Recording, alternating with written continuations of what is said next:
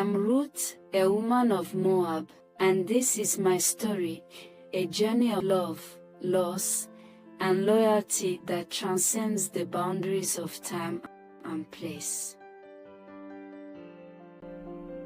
In the days when the judges ruled, there was a famine in the land of Israel.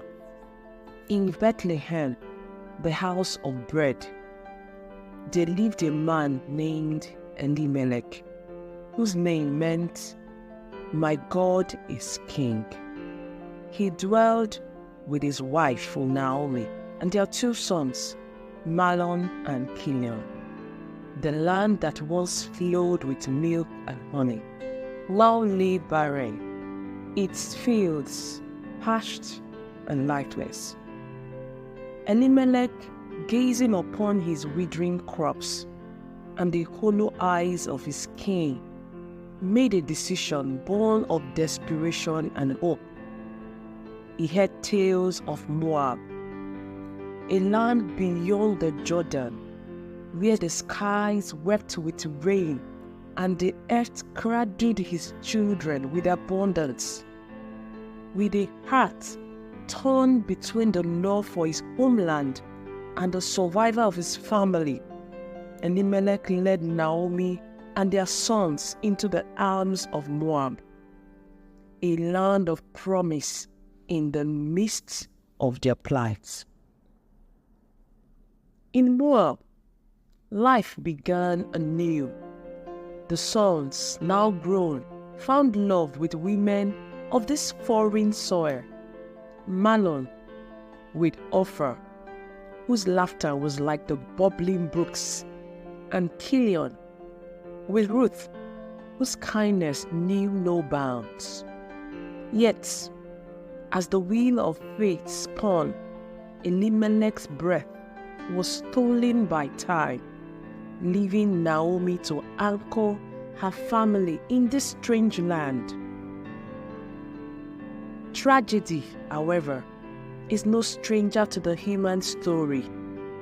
Mahlon and Chilion, like tender reeds in a storm, fell to the shadows of death, leaving Ophir and Ruth in the silent halls of widowhood.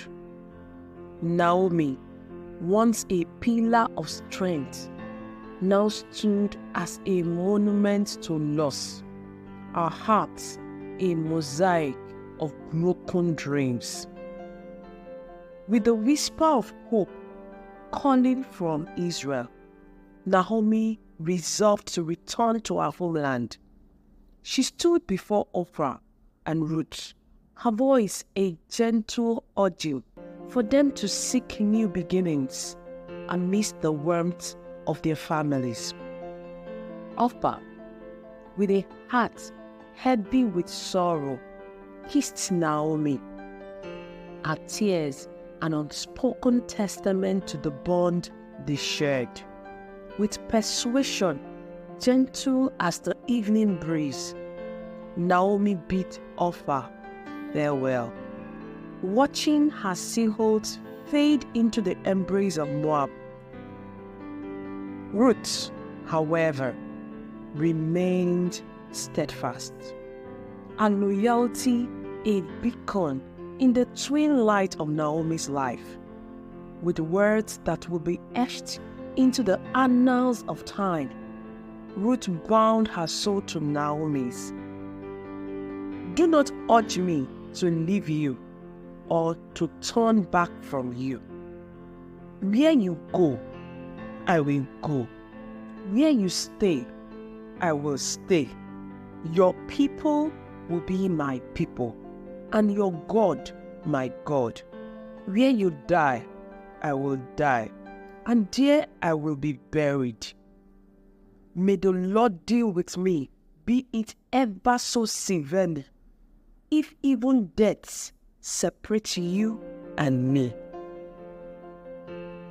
And so, with hearts intertwined, Naomi and Ruth set forth on a journey back to Bethlehem.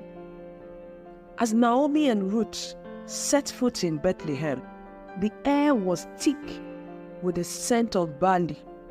The fields rippled like a sea of gold, heralding the time of harvest. The town was abuzz with the return of Naomi, but the joy of homecoming was tinged with the sorrow of her losses. She, who had left full, had come back empty, save for Ruth, the Moabite daughter-in-law, who had chosen love over lineage, faith over familiarity. In the days that followed, Naomi, whose spirit was as resilient as the walls of Jerusalem, saw in Ruth not just a daughter-in-law, but a beacon of hope. She advised Ruth to go to the fields of Boaz, a kinsman of Elimelech's lineage, a man known for his righteousness and grace. Let his reapers be your companions, Naomi said, for in his fields you shall find more than just grain. You may yet find a future.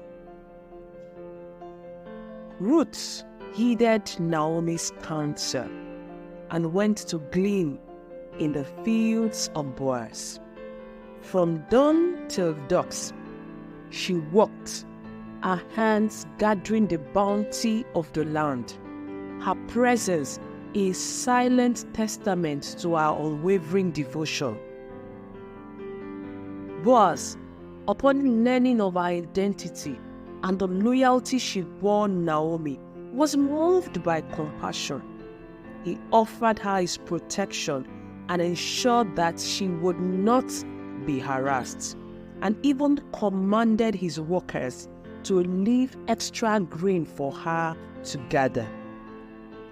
As the harvest whirled and the granary swelled, Naomi knew that the time had come to secure Ruth's future and restore their family's name. Under the cover of night, she instructed Ruth in the ways of her people, sending her to the threshing floor where Boaz would winnow barley. "Wash and anoint yourself," Naomi said, "and lay at his feet. It is our custom," a plea for protection and a proposal of marriage. Ruth, cloaked in the mantle of night, approached Boaz as he slept, her heart a flutter with the gravity of what she was about to do. At midnight, Boaz awoke, startled to find a woman at his feet. Ruth's voice, soft yet firm, broke the silence. "Spread the corner of your garment over me, for you are a guardian redeemer of our family."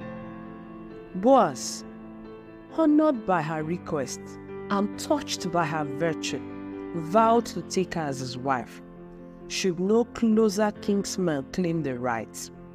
At the break of day, before the eyes of the townsfolk, Boaz stood at the gates of the city and declared his intentions.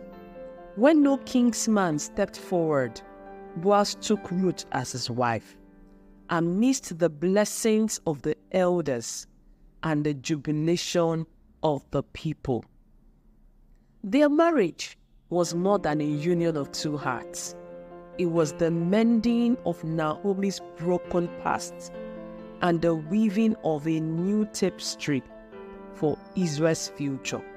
From their love came Obed, and from Obed, Jesse, and from Jesse, David, the shepherd king, whose lineage would bear the greatest king, the Savior of the world. Please like and subscribe for more videos.